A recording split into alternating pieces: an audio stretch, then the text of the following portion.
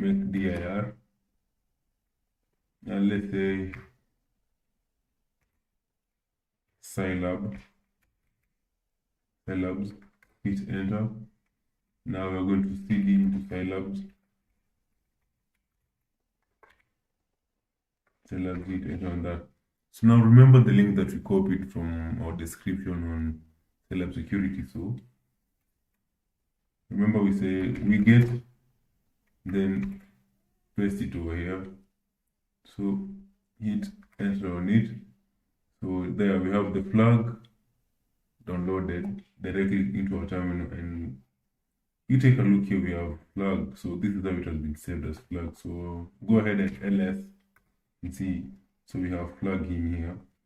If we cut it, let's see, cut flag,